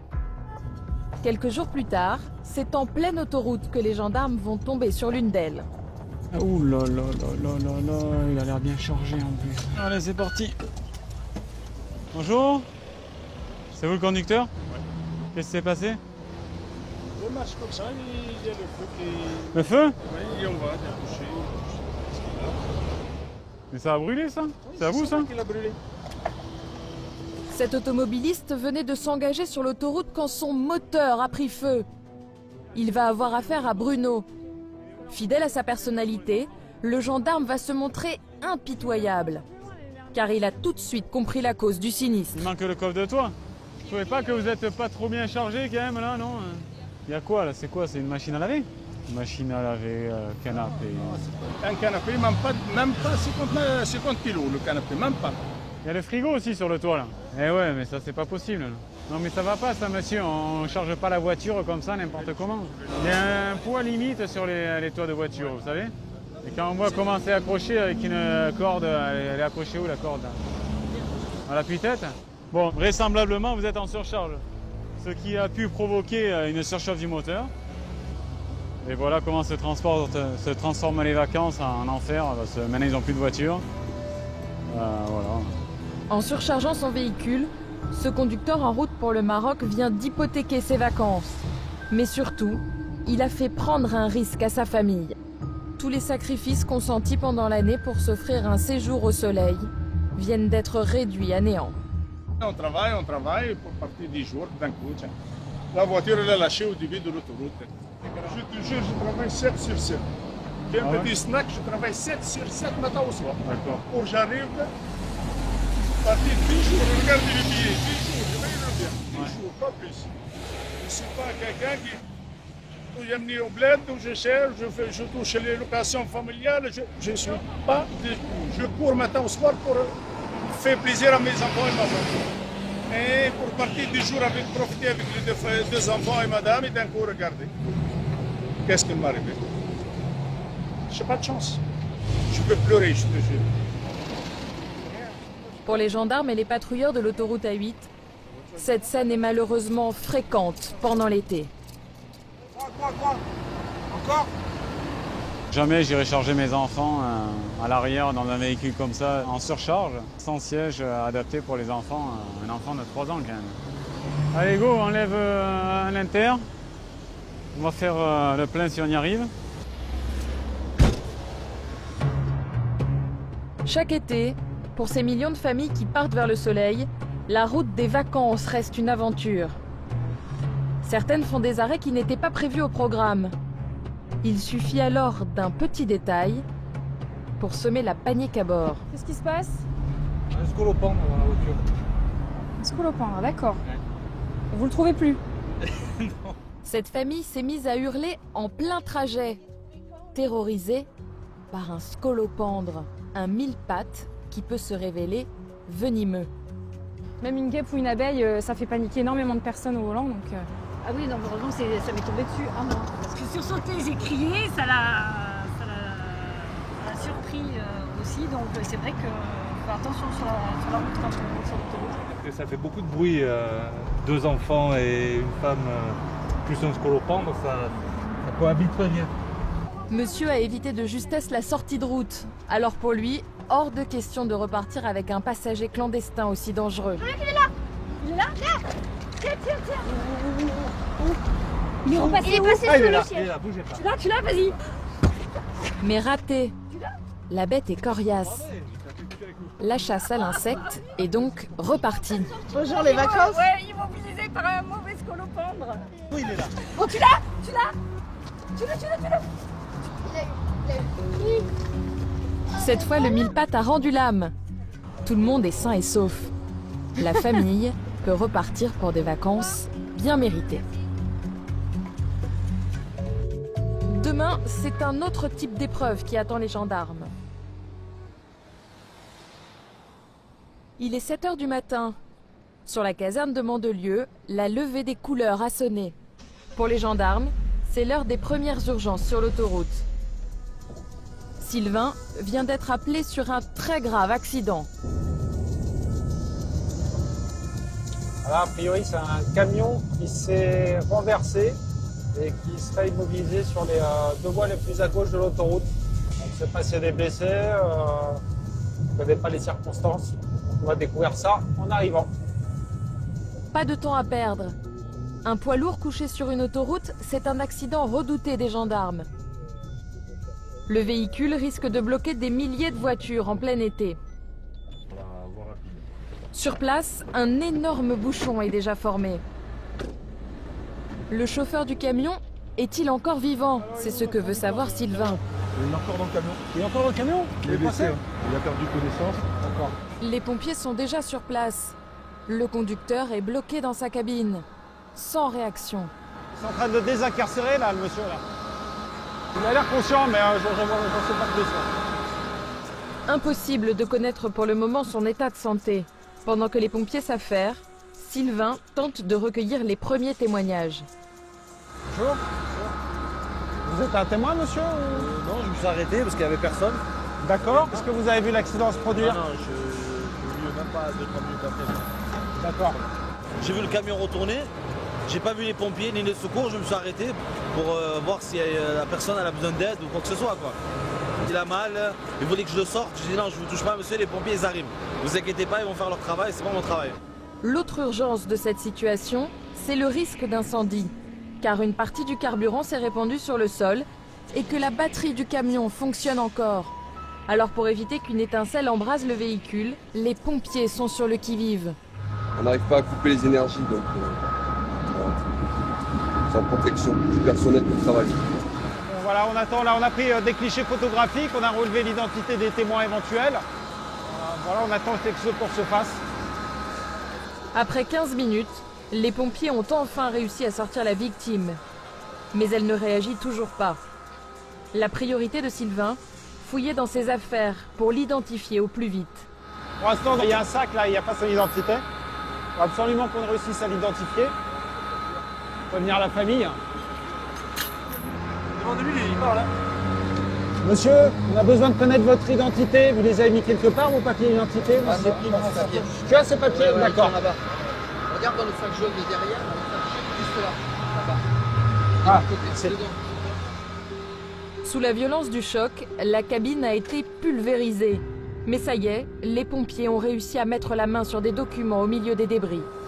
Voilà, c'est des papiers, mais je crois qu'il y a un petit peu de sang dessus, donc je me protège. Avec ton appareil photo, tu peux me prendre une photo du permis, s'il te plaît? Comment ce 38 tonnes a-t-il pu se renverser?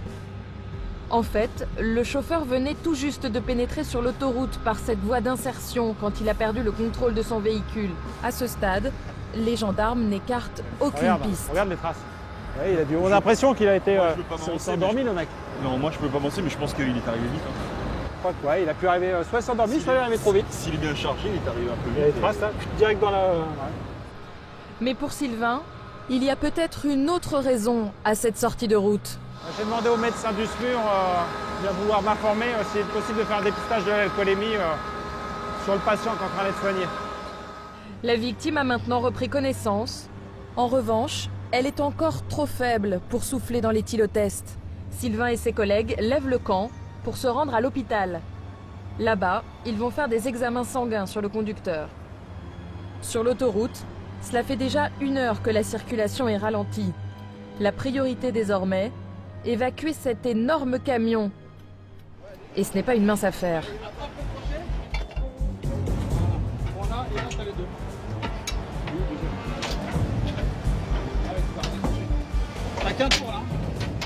Pas moins d'une dizaine de dépanneurs s'affairent avec cette énorme grue et ce remorqueur. Comme le véhicule est chargé, de faire attention qu'il ne reparte pas sur le côté. Ah ouais. Avec le ballon et l'inertie du mouvement, qu'il ne se couche pas sur le côté. Et c'est maintenant que tout se joue. Voilà. Voilà. C'est très bien. Félicitations, c'est bien. Vous avez bien bossé. Sans la présence des gendarmes, il aurait été impossible pour ces ouvriers d'évacuer le camion. Ah, sur des événements comme cela, oui, bien sûr. On a besoin d'être sécurisé au maximum pour pouvoir travailler le plus vite possible. Parce que c'est aussi une question de délai pour ouvrir la circulation. Quand on voit les bouchons que ça fait, on a besoin de pouvoir travailler le plus rapidement possible. Finalement, il aura fallu plus de 2 heures pour dégager le 38 tonnes et rétablir le trafic. Quant au chauffeur, il n'était ni en excès de vitesse, ni sous l'emprise de l'alcool. Il s'en est tiré avec une clavicule et 2 côtes fracturées. Auditionné par les gendarmes, il a affirmé n'avoir aucun souvenir de l'accident.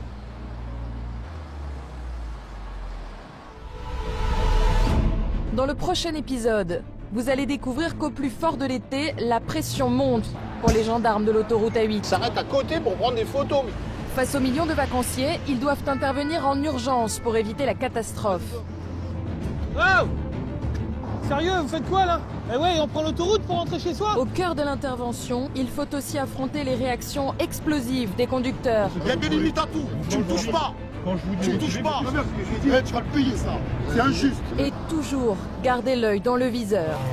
154, 154. Elle doit tourner sur Monaco. Sur cette autoroute qui relie les plus belles villes de la Côte d'Azur, ils doivent sans cesse contenir la fièvre des automobilistes. C'est un comportement typique de quelqu'un qui croit que l'autoroute est à lui et qui peut se permettre des choses parce qu'il est en vacances et il est en France. 100 jours à plein régime avec les gendarmes de l'autoroute des vacances.